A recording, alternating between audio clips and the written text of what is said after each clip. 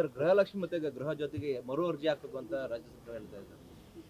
ಈಗ ಮರು ಅರ್ಜಿ ಹಾಕಿ ಈಗೇನು ಕಳೆದ 3 ವರ್ಷದ ಅನುಭವ ಅವರಿಗಿದೆ. 3 ವರ್ಷದಲ್ಲಿ ಕೆಲವು ಲೋಪದೋಷಗಳಿದೆ ಅಂತಕ್ಕಂಥದ್ದು ಸರ್ಕಾರವೇ ಹೇಳ್ತಾ ಇದೆ.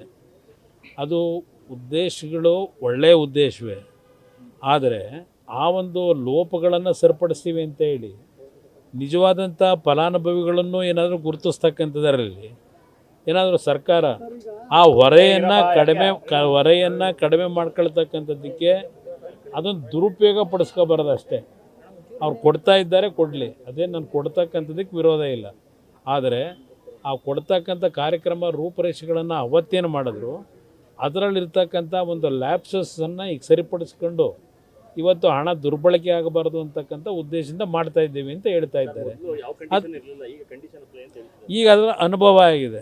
ಅವತ್ತು ಕೊಡಬೇಕಾದ್ರೆ ಒಂದು ಜನತೆ ಮುಂದೆ ಏನು ಮಾತು ಕೊಟ್ಬಿಟ್ಟಿದ್ರು, ಮುಂದಿನ ಅದರ ಆಗ್ತಕ್ಕಂಥ ಅನಾಹುತಗಳನ್ನು ಯೋಚನೆ ಮಾಡಿದೆ. ಯಾರೋ ಹೇಳಿದ್ರು ಅಂತೇಳಿ ಏಕಾಏಕಿ ಎಲ್ಲ ಘೋಷಣೆ ಮಾಡಿದ್ರು, ತೀರ್ಮಾನ ತೆಗೆದುಕೊಂಡ್ರು. ಆಗ ಅದರ ಬಗ್ಗೆ ಚಿಂತನೆ ಮಾಡಲಿಲ್ಲ. ಈಗ ವಿದ್ಯುತ್ ಶಕ್ತಿ ವಿಷಯದಲ್ಲಿ ಗೃಹಲಕ್ಷ್ಮಿ ಯೋಜನೆ ಹೆಸರಿನಲ್ಲಿ ಈಗ ಅವರಿಗೆ ಅದರ ಹೊಡೆತಗಳೇನಾಗಿದೆ, ಆ ಒಂದು ಸಮಯದಲ್ಲಿ ಕೆಲವು ನ್ಯೂನತೆಗಳಿದೆ ಅಂತಕ್ಕಂಥದ್ದು ನಮ್ಮ ಗಮನಕ್ಕೆ ಬಂದಿದೆ. ಅದಕ್ಕೆ ಈ ಕಾರ್ಯಕ್ರಮಕ್ಕೆ ಈಗ ಹೊಸದಾಗಿ ನೋಂದಣಿ ಆಗಬೇಕು ಅಂತಕ್ಕಂಥದ್ದನ್ನು ಹೇಳ್ತಾ ಇದ್ದೀನಿ.